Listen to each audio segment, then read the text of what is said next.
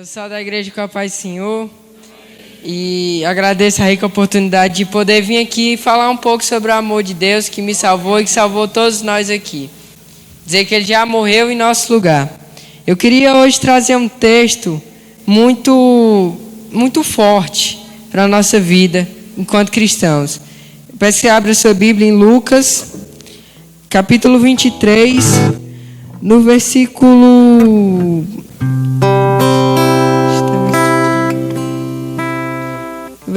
39. Me perdi um pouco aqui. Enquanto a gente abre, eu vou falando aqui. Bem, meus irmãos, a gente sabe que a gente está aqui mais um dia. E para muita gente é só mais uma noite de quinta-feira, em que alguém talvez tenha chamado você para assistir um culto de uns tais de uns crentes que se juntaram ali. Mas hoje é uma noite que Deus quer derramar salvação sobre a nossa vida. Eu não sei de onde é que você vem, onde é que é a sua casa. E sinceramente, não cabe a mim saber disso. Jesus já morreu em seu lugar. Não sei o que você já fez em sua vida. Não sei os erros que você já cometeu. Eu não sei aonde você vem, para onde você vai depois daqui. Mas sei que o Senhor já morreu em seu lugar. Então vamos lá para a leitura. Eu vou estar fazendo aqui a leitura. Minha versão é um pouco diferente da de vocês, mas a palavra é a mesma e Deus não muda. Então vamos lá. Um dos criminosos que estavam ali, crucificados ali, insultava Jesus dizendo: "Você não é o Messias, então salve a você mesmo e a nós também." Porém, o outro repreendeu dizendo: "Você não teme a Deus? Você está debaixo da mesma condenação que ele recebeu. A nossa condenação é justa, por isso estamos recebendo o castigo que nós merecemos por causa do que fizemos. Mas ele não fez nada mal." Então disse: "Jesus, lembre de mim quando o Senhor vier." Me perdi, irmãos. Então disse: "Jesus, lembre de mim quando o Senhor vier como rei." Jesus respondeu: "Eu afirmo a você que isso é verdade, e hoje você estará comigo no paraíso." Meus irmãos, a gente precisa primeiramente entender o contexto dessa história. O contexto dessa história foi na crucificação de Jesus. Jesus ele recebe uma condenação injusta quando é trocado o lugar dele com Barrabás. Então ele recebeu aquela cruz de forma injusta. E aí a gente vê o primeiro ponto. Jesus não merecia a morte que ele teve. Jesus não cometeu pecado nenhum em sua vida para ser morto. Mas ele foi condenado por escolha do povo, que trocou ele por Barrabás, que assim era um criminoso. Então Jesus já estava carregando uma cruz que não era dele. Esse é o primeiro ponto que eu quero trazer a nós. Jesus, quando morre na cruz do Calvário, a cruz dele não é semelhante aos erros dele. Até porque se fosse assim, ele não teria nenhuma cruz. Porque Jesus não errou em vida. E nem em nada. Jesus era perfeito. Ele não cometeu nenhum erro. Aquela cruz que era de Barrabás também representa a nossa cruz. Os nossos pecados, os nossos erros. E Jesus carregou aquela cruz imensa que era maior do que a medida dele. E ele carregou em nosso lugar. Esse é o primeiro ponto que nós analisamos dessa história. E um dos presos que iam sendo levados também para ser crucificados, ele fala: a cruz de Jesus é injusta, porque ele não cometeu nenhum pecado. O nosso sim é. Diante dessa situação, um dos soldados estava ali zombando Jesus. Se você é o Messias, se você é o Deus Salvador, então salve a si mesmo. E era a palavra que não só vinha daquele soldado, daquele homem que estava sendo crucificado, mas também vinha dos soldados. Então Jesus, durante sua crucificação, estava sendo totalmente zombado e caçoado. Mas mesmo diante de toda aquela situação, um dos soldados, um dos homens que estavam sendo crucificados, chegou e falou: a cruz dele é injusta, a nossa sim é justa. Não zombe deles. E o único pedido que aquele soldado, eu estou sempre me trocando, mas o único pedido daquele homem que estava sendo crucificado era que o Senhor lembrasse dele. Que nessa noite, nosso pedido ao Senhor venha ser para que Ele se lembre da gente. Nós somos pecadores e nós não somos nada diferentes daquele homem. Meus irmãos, a morte de cruz era a morte mais vergonhosa daquela época. Para alguém ser levado à cruz, deveria ser uma coisa muito tremenda. E aquele homem estava. E aí a gente chega no segundo ponto.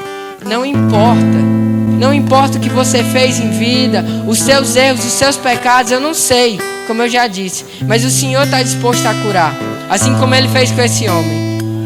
Aquele homem, ele deveria ter feito algo terrível, a Bíblia não fala, mas o fato dele estar sendo indo, a crucificação mostra que o que ele fez foi terrível. Porque a crucificação era uma morte, era muito vergonhosa e para algo muito grande. Então aquele homem tinha feito algo de muito errado. Mas mesmo assim, Jesus quis curá-lo. Hoje Jesus não está olhando para os defeitos de seu coração ou para os erros da sua vida. O Senhor está olhando para um coração sincero que quer ser salvo pelo Senhor.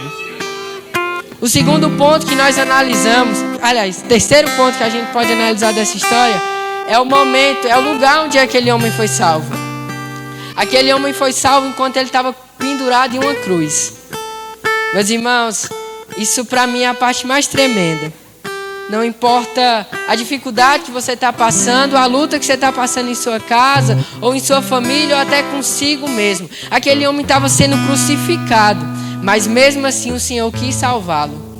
Meu irmão, não importa a situação que você está, ou a luta que você está passando. Aquele homem estava passando por uma morte de cruz, e mesmo assim foi salvo pelo poder de Jesus. Porque Deus é poderoso para salvar.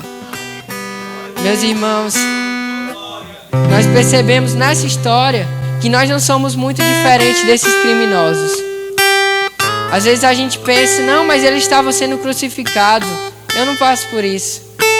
Mas nós não temos nenhum pecado nosso é diferente do deles. Nós não temos nada de especial além deles. Será que nós somos melhores do que ele porque a gente está se reunido numa quinta-feira para falar de Jesus? A gente não é melhor que ninguém por causa disso. Meus irmãos, ter fé em Jesus não é suficiente, não é só, eu acredito em Deus. Até os demônios creem em Deus e estremecem diante da presença dele. O que o Senhor quer não é simplesmente uma boca que fala, eu amo o Senhor, eu conheço Ele, eu tenho fé nele. O que o Senhor realmente quer é um coração sincero, que tem essa palavra guardada dentro de si. Aquele homem não estava na melhor situação. Aquele homem era condenado. Aquele homem podia olhar para si mesmo, ver que estava numa situação que ele já ia morrer e simplesmente zombar de Jesus também. Ele já ia morrer, mas ele olhou com os olhos da fé para Jesus e creu que o Senhor podia o salvar. Meus irmãos, a oração que eu queria conduzir era que a gente hoje venha pedir por salvação do Senhor, assim como esse homem clamou, e pedir ao Senhor para que Ele se lembre de nós no dia que Ele vier como Rei.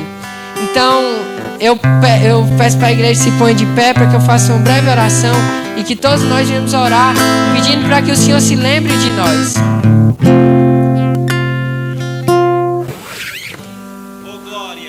Pai querido, no nome de Jesus, vemos aqui em mais uma quinta-feira te agradecer pela tua graça e pelo teu amor misericordioso.